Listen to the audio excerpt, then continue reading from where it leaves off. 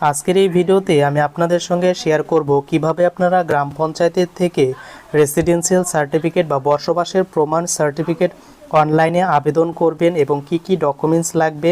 সম্পূর্ণ step by step process অনলাইনে এখন কিন্তু চালু হয়েছে। তো প্রথমে wbpms.in এই অফিসিয়াল লিঙ্কে চলে আসবেন। এই লিঙ্কে চলে আসার পর এখানে সিটিজেন কর্নার একটি অপশন রয়েছে, এই লিঙ্কের উপর একবার টাচ করবেন, তারপর এই ইন্টারফেসটা ওপেন হবে। তো এখানে চলে আসার পর এই যে অফিসিয়াল লিঙ্ক, এই ডাইরেক্ট লিঙ্কটি ডেসক্রিপশনে দেওয়া থাকবে, সেখান থেকেও সরাসরি এখানে কিন্তু চলে আসতে পারবেন। এবং এখানে আসার পর নিচে ডিক্লারেশন বাটনটিতে ক্লিক করবেন এবং এখানে প্রসিড বাটন রয়েছে, এই প্রসিড বাটনে ক্লিক করবেন। তারপর এই ইন্টারফেসটা ওপেন হবে। এখানে আপনার মোবাইল নম্বরটি এন্ট্রি করে এখানে জেনারেট ওটিপি বাটনে ক্লিক করে আপনার কিন্তু মোবাইলে ওটিপি যাবে। এরপর ওটিপিটি এখানে ফিল করে নিচে ভেরিফাই অ্যান্ড প্রসিড অপশন রয়েছে, এর উপরে একবার ক্লিক করতে হবে। তারপর এই পেজটি ওপেন হবে। বর্তমানে প্রত্যেকটি অঞ্চলের সার্টিফিকেট এখানে কিন্তু পাওয়া যাচ্ছে, ইনকাম সার্টিফিকেট, আনম্যারিড সার্টিফিকেট সহ রেসিডেন্সিয়াল সার্টিফিকেট। তো প্রথমে এখানে ডিস্ট্রিক্টটা সিলেক্ট করতে হবে, কোন ডিস্ট্রিক্টের আন্ডারে রয়েছে।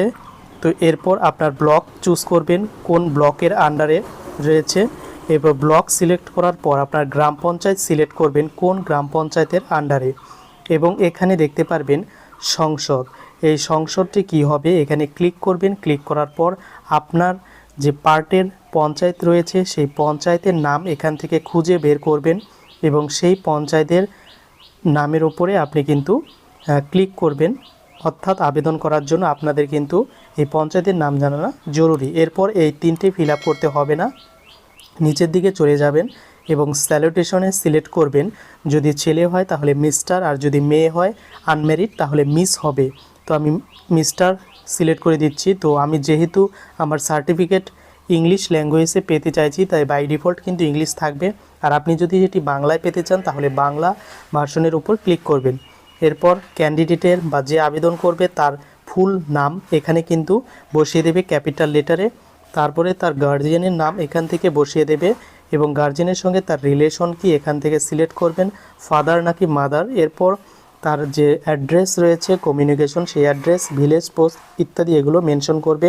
এরপর পোস্ট অফিসটি সিলেক্ট করে দেবে এবং পুলিশ স্টেশন এগুলো কিন্তু ফিল আপ করতে হবে।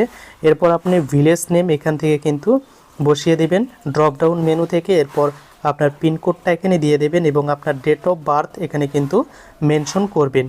এরপর নিচের দিকে চলে আসার পর এখানে দেখতে পারবেন আপনি সার্টিফিকেট টাইপ, আপনি কোন সার্টিফিকেটের জন্য আবেদন করবেন। যদি ইনকাম সার্টিফিকেট হয় তাহলে এখানে ইনকাম সার্টিফিকেটের অপশনে কিন্তু টিক চিহ্ন দিয়ে দেবেন। এরপর যদি আনম্যারিড বা ক্যারেক্টার সার্টিফিকেট বা কাস্ট সার্টিফিকেট বা সেম পারসন বা আনম্যারিড হয় তাহলে প্রত্যেকটির উপর কিন্তু ক্লিক করে দেবেন, আপনার যেটি প্রয়োজন সেটির উপরে কিন্তু ক্লিক করে দেবেন। তো এরপর নিচের দিকে চলে আসার পর এখানে দেখতে পারবেন ইনকাম অফ ফ্যামিলি।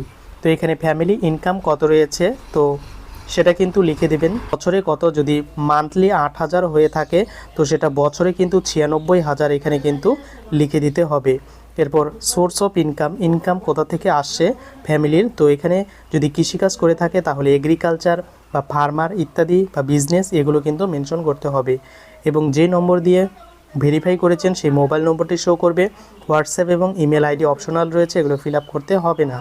এরপর ডকুমেন্টস কি আপলোড করতে হবে, তো এখানে ক্লিক করার পর দেখতে পাচ্ছেন প্রথমে Aadhaar card, driving licence, voter card, যে কোনো একটি ডকুমেন্টস কিন্তু আপলোড করতে হবে। তো আমি আধার কার্ড সিলেক্ট করে নিচ্ছি। এখানে আধার কার্ডের নম্বরটা বসিয়ে দিতে হবে এবং 2 MBর মধ্যে আমাকে কিন্তু এই আধার কার্ডটি এখানে আপলোড করতে হবে এবং সেটা PDF ফরম্যাটে। সেম পদ্ধতির মাধ্যমে এখানে কিন্তু যে কোনো আরেকটি ডকুমেন্টস এখানে সিলেক্ট করে নেবেন এবং সেই সিলেক্ট ডকুমেন্টস করার পর এখানে ডকুমেন্টস নাম্বারটা লিখে দেবেন, অর্থাৎ রেশন কার্ডের নাম্বার, এবং সেটি আপলোড করে দেবেন PDF ফরম্যাটে। এরপর নিচের দিকে চলে যাবেন, এটি কিন্তু অপশনাল রয়েছে।